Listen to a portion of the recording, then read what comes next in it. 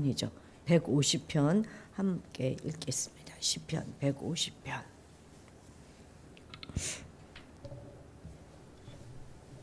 읽습니다. 할렐루야. 그의 성소에서 하나님을 찬양하며 그의 권능의 궁창에서 그를 찬양할지어다. 그의 능하신 행동을 찬양하며 그의 지극히 위대하심을 따라 찬양할지어다. 나팔 소리로 찬양하며 비파와 수금으로 찬양할지어다. 소고치며 춤추어 찬양하며 현악과 퉁소로 찬양할지어다. 큰 소리 나는 제금으로 찬양하며 높은 소리 나는 제금으로 찬양할지어다. 호흡이 있는 자마다 여호와를 찬양할지어다. 할렐루야. 아멘. 오늘 이 시편 150편은 시편 전체에 대단원의 막을 내리는 시편 전체의 요약이고 결정체인 그런 부분입니다. 149편의 주제어들이 150편에서도 계속적으로 반복되고 있고 이 역시 할렐루야로 시작해서 할렐루야로 끝나고 있습니다. 149편에 나왔던 모든 성도, 이것이 여기서는 6절에 보면 호흡이 있는 모든 자 이렇게 표현됨으로 해서 이 150편은 149편의 연장이고 또한 확장입니다. 우리말 번역에서는 잘 드러내지 않는데요. 그 원어를 보면 그를 찬양하라. 이게 할렐루후 그를 이제 그 히브리어는 동사 속에 주어가 포함되기 때문에 할렐루후 이게 이제 그를 찬양하라 이건데 그것이 계속 반복해서 나온다는 것이 큰 특징인데요. 10번이나 반복됩니다. 숫자 10은 히브리 문학에서 아주 충만함, 완전함 이런 것들을 상징하잖아요. 그러니까 이 시는 찬양하라 하는 10개의 명령형 문장하고 마지막 하나 단축형 문장으로 이렇게 이루어져서 찬양으로의 초청을 반복함으로써 찬양의 호흡과 또 열정을 불어넣고 마지막에 이르러서는 모든 호흡이 있는 자들아 다 찬양을 하는 여호와를 찬양할지어다 하는 말로 마침으로 해서 시편 전체에 방점을 찍고 있습니다. 자, 우리 같이 2절 읽겠습니다. 그의 능하신 행동을 찬양하며 그의 지극히 위대하심을 따라 찬양할지어다. 아멘. 여기서 그의 능하신 행동이라고 하는 것은 영웅적인 승리 혹은 영웅적 용맹함 이런 것들을 말하는 것인데 하나님께서는 세상과 인간을 단지 창조만 하신 분이 아니잖아요. 창조하셨을 뿐만 아니라 이스라엘을 애굽에서 구원해 내시기도 하셨고 광야 40년의 기간 동안 그들을 인도하셨고 이후 모든 그런 대적들에게서 이스라엘을 구원해 내신 분임을 상기시키면서 그분을 찬양하라 이렇게 선포하고 있는 것입니다. 여기에는 이 세상의 그 누구도 하나님에 비교할 때 영웅이라 할 수 없고 오직 하나님만이 이 세상의 유일한 영웅이시다 하는 것에 대한 분명한 선포가 담겨져 있는 것이죠. 사실 사람들은 영웅 만들기를 굉장히 좋아합니다. 조금만 다른 사람들보다 좀 특별하거나 뛰어나면 막 호들갑스럽게 그들의 능력을 과장하고 높이 띄우죠. 그래서 마치 그가 신이나 되는 양 칭송합니다. 과거에 전쟁에서 승리했던 왕들 많잖아요. 아주 영웅 같은 신 같은 그런 왕들, 위대한 업적을 이루었던 개인, 범인이 이룰 수 없는 특별한 깨우침을 얻은 지혜자들에 대해서 부처도 그렇잖아요. 석가모니도 종종 사람들은 막 신처럼 그들을 떠받드는 그런 일들을 해왔고 심지어 오늘날까지도 인도에서는 어린 여자아이를 신으로 막 떠받들기도 하잖아요. 그러나 인생의 모든 역사는 하나님의 섭리와 주관 하에 있는 것입니다. 나라를 도탄에서 구원한 유능한 정치인이든지 또 군사적 승리를 거둔 용장이든지 사람들의 삶의 편리를 가져다준 뛰어난 발명가든지 그 누구라도 우리의 찬양이 될 수 없고 찬미의 대상도 될 수 없습니다. 오로지 모든 영광과 존귀와 찬양은 하나님께만 올려드려야 하는 것이죠. 그런즉 우리는 하나님만이 유일한 인생의 영웅이고 섬겨야 될, 높여야 할 분임을 우리가 늘 고백하는 그런 성도가 되어야 하겠습니다. 열정을 다해서 하나님을 찬송하고 하나님을 온전히 높여드리는 성도가 되시기 바랍니다. 자, 3절에서 5절 같이 읽겠습니다. 나팔 소리로 찬양하며 비파와 수금으로 찬양할지어다. 소고치며 춤추어 찬양하며 현악과 퉁소로 찬양할지어다. 큰 소리 나는 제금으로 찬양하며 높은 소리 나는 제금으로 찬양할지어다. 여기서 어떤 악기들이 나오나요? 나팔도 나오고, 그죠? 비파, 수금, 소고, 현악, 퉁소, 제금 이런 악기들이 나오잖아요.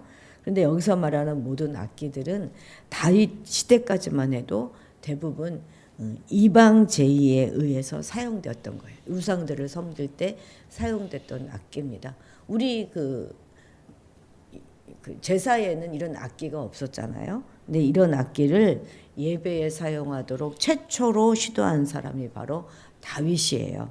그래서 일부 학자들 중에는 다윗 보고 이스라엘의 예배를 이방의 제의와 혼합시킨 사람이다, 이렇게 혹평하는 학자들도 있습니다. 그러나 사실 이것은 그와 정반대로 이방신을 숭배하던 데 사용했던 것들을 가장 거룩한 용도로 전환시킨 것이 바로 다윗이다, 이렇게 이해하는 것이 옳겠죠. 가장 무가치한 것들을 가장 가치 있는 것으로 탈바꿈한 것은 다윗의 놀라운 발상의 전환으로 가능한 것이죠. 이를 통해서 다윗은 기존의 예배보다 더 새롭게 갱신시켜 새로운 시대에 맞는 최고의 예배로 격상시켰던 것입니다. 이 얼마나 놀라운 변화입니까? 단순했던 제사에 다양한 악기들이 도입되면서 보다 풍성한 경배의 자리가 되었고 하나님만을 찬미하고 높이는 기쁨의 자리가 된 것입니다. 특히 여기서 말하는 제금 있잖아요. 제금은 타악기 종류예요. 그래서 두 개의 금속판을 탁 부딪혀서 나는 그런 거로 오늘날 심벌주하고 아주 비슷한 악기입니다. 근데 유독 시인은 제금은 가지고 큰 소리 나는 제금으로 찬양하고 또 높은 소리 나는 제금으로 찬양하라, 이렇게 강조하여 두 번 반복하면서 강조하여 말하고 있죠. 이것은 그만큼 뜨거운 열정과 환희로 하나님을 찬양해야 될 것을 표현하고 있는 것으로 보아야 하겠습니다. 바로 이렇게 뜨겁게 찬양하라 하는 것이 시인이 이 시 전체에서 가장 핵심적으로 말하고 싶은 주제입니다. 그는 이처럼 열정적으로 하나님의 백성들을 향하여 하나님을 찬양하기를 선도하며 독려하고 있는 것이죠. 오늘날 우리가 예배에서 없어서는 안 되는 악기가 뭐가 있죠? 피아노잖아요. 피아노. 근데 피아노도 원래는 술집에서 쓰던 악기였어요. 그래서 처음 피아노가 교회 예배에 들여올 때 엄청난 반대에 부딪혔습니다. 근데 뭐 어디 피아노뿐이겠습니까? 드럼도 그렇고 기타도 그렇고 다 그렇죠. 그런데 그 자체로 부정한 악기가 어디가 있겠습니까? 어떻게, 그리고 누가 어떤 용도로 그거를 사용하느냐 하는 것이 중요한 것이겠죠. 사람도 마찬가지 아니겠습니까? 원래부터 거룩한 사람도 없고 원래부터 부정한 사람도 없습니다. 하나님 앞에 나오지 못할 만큼 부정한 사람 아무도 없죠. 하나님 앞에 나오면 그 누구라도 다 거룩한 하나님의 백성인 것입니다. 기독교의 가장 중심, 핵심의 예배가 있고, 그래서 예배는 아무리 강조해도 지나치지 않습니다. 그만큼 중요하죠. 실제로 오늘날 교회를 보면 모든 행사나 모임에 있어서 뭐 심지어 뭐 야유회나 체육회 이런 거, 체육 운동회 뭐 이런 거를 할 때에도 예배는 빠지지 않죠. 맨 먼저 예배부터 드리고 그 다음 활동을 하지 않습니까? 이처럼 예배는 교회의 중심이고 성도의 신앙의 중심이라면, 그만큼 가치 있고 중요한 것이라면 우리는 끊임없이 이 예배에 대하여 고민하고 새롭게 갱신하고자 하는 신앙적 열심이 우리에게 있어야 하겠습니다. 그런데 우리에게는 과연 그러한 신앙적 열심이 있는지 돌아봐야 하겠습니다. 우리가 교회에 나와 예배를 드리고 찬양을 드리며 하나님의 이름을 부르고 있지만 그 안에 그런 진정한 열정이나 환희는 찾아볼 수 없을 때가 정말 많습니다. 주일 예배 때도 이렇게 앞에서 보면 거의 뭐 반은 찬양하지 않고 있는 것 같아요. 그런 모습을 보면 참 마음이 안타까울 때가 많습니다. 예배가 무엇입니까? 바로 우리를 구원하신 하나님께 구원의 감격과 기쁨을 가지고 나아가 그분을 송축하고 또 그분을 만나는 것, 높이는 것, 그것이 바로 예배 아닙니까? 그럼에도 불구하고 우리는 왜 이리 아무런 감흥도 감격도 기쁨도 찾아볼 수 없는 고요한 정막의 예배만 드리고 있는지 모르겠습니다. 그것은 그만큼 우리 안에 구원의 감격과 하나님을 향한 찬양의 열정과 기쁨이 사라지고 있다는 의미가 될 것입니다. 우리는 온전한 신앙의 열정과 환희를 꼭 회복해야 합니다. 이 열정과 환희를 가지고 하나님을 전심으로 송축하며 하나님께서 가장 기뻐하시고 받으실 만한 참된 예배를 하나님께 드리는 성도가 되어야 하겠습니다.